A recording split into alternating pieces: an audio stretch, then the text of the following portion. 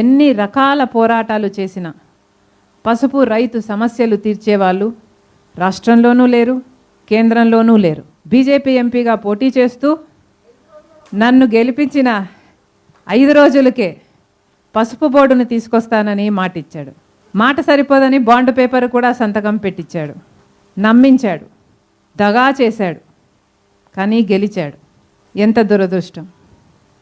ఇప్పుడు తాటాకు బదులు ఈతాకు ఇచ్చారు. పసుపు బోర్డు బదులు స్పైస్ బోర్డు ఇచ్చి సరిపెట్టుకోమన్నారు. సరిపోతుందా? రైతుల పరిస్థితి ఏమిటి? కాగజ్ నగర్ పేపర్ మిల్ పరిస్థితి ఏమిటి? బీడీ కార్మికుల పరిస్థితి ఏమిటి? అల్లర్లకు కారణం ఎవరు? రాష్ట్రం, కేంద్రం వాళ్ళ స్వార్థ రాజకీయాల కోసం ప్రజలను రెచ్చగొట్టి మతం పేరు మీద ప్రజలను రెచ్చగొట్టడం తప్పు కాదా?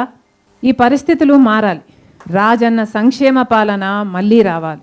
మన తెలంగాణ కోడలు బ్రదర్ అనిల్ గారి సతీమణి సిస్టర్ షర్మిల గారు నన్ను గుర్తు చేసుకున్నారంట ఎక్కడనో స్పీచ్లో. ఇవాళ చాలా సంతోషం. షర్మిల గారు, మీకు తెలంగాణ రాజకీయాలలోకి స్వాగతం.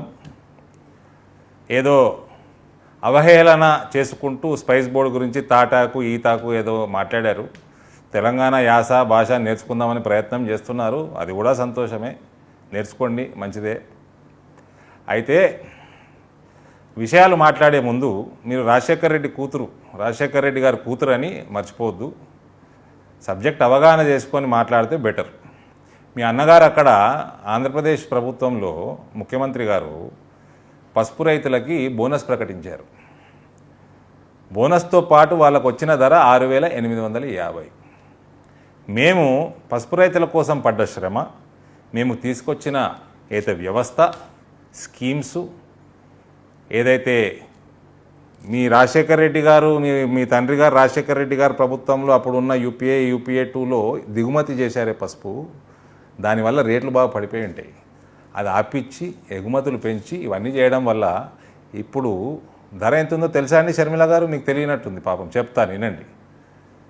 ఈసారి అకాల వర్షాలు, అతి వర్షాల వల్ల పసుపు పంట నష్టం జరిగింది. అక్కడక్కడ పురుగు కూడా పట్టింది పంటకి. పురుగు పట్టిన పసుపుకు కూడా మీ అన్నగారు ఇచ్చే ధర ఏదైతుందో 6,850, దానికంటే ఎక్కువ మా దగ్గర మార్కెట్లలో పలికింది. మంచి పసుపుకి 10,500 రూపాయలు దాటింది.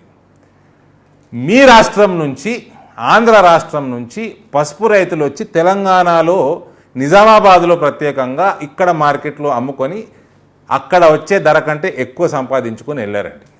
ఎందరు వచ్చారు, ఎంత అమ్ముకున్నారు పంట చెప్పమంటే కూడా మీకు రికార్డు పంపిస్తానండి, మీరు కనుక్కోండి. షర్మిల గారు, రాజన్న రాజ్యం మీరు తెస్తానని మీరు అంటున్నారు. రాజన్న రాజ్యానికి అక్కడ ఇక్కడ అభిమానులు ఉన్నారు, ఇంకా లేరని అని అనట్లేదు. కానీ మిమ్మల్ని ఉద్దేశించి నేను మాట్లాడుతూ ఒకసారి రాజన్న రాజ్యం బదులు రామరాజ్యం కావాలి, తెలంగాణ ప్రజలు కోరుకునేది రామరాజ్యం అని అన్నాను. రెండింటికి తేడా తెలుసా అండి షర్మిల గారు? చెప్తాను వినండి. రాజన్న రాజ్యం అంటే రైతులు ఇంతో అంతో ఇబ్బందుల్లో ఉన్నప్పుడు ప్రభుత్వ ఖజానా నుంచి తీసుకెళ్ళి బోనస్ ఇవ్వటం. రామరాజ్యం అంటే రైతులు తమ పడ్డ శ్రమకు మార్కెట్లో అత్యధిక ధర ఇప్పించడం, అటువంటి వ్యవస్థను ఏర్పాటు చేయడం రామరాజ్యం అంటారు.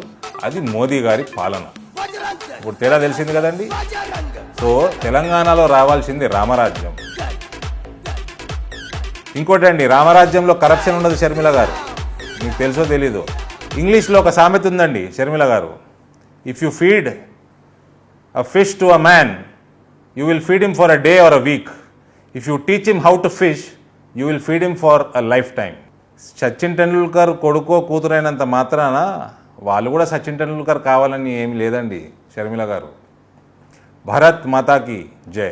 హాయ్ ఫ్రెండ్స్, మా టుడే టుమారో యూట్యూబ్ ఛానల్ చూస్తున్నందుకు చాలా థ్యాంక్స్. మరిన్ని లేటెస్ట్ వీడియోస్ కోసం వెంటనే సబ్స్క్రైబ్ చేయండి. అలాగే ఈ బెల్ ని కూడా రింగ్ చేసేయండి. మా నోటిఫికేషన్స్ అన్ని మీ మొబైల్లో వస్తాయి. అలాగే మా వీడియోస్ మీకు నచ్చితే లైక్ చేయండి, షేర్ చేయండి, నచ్చకపోతే కామెంట్ చేయండి.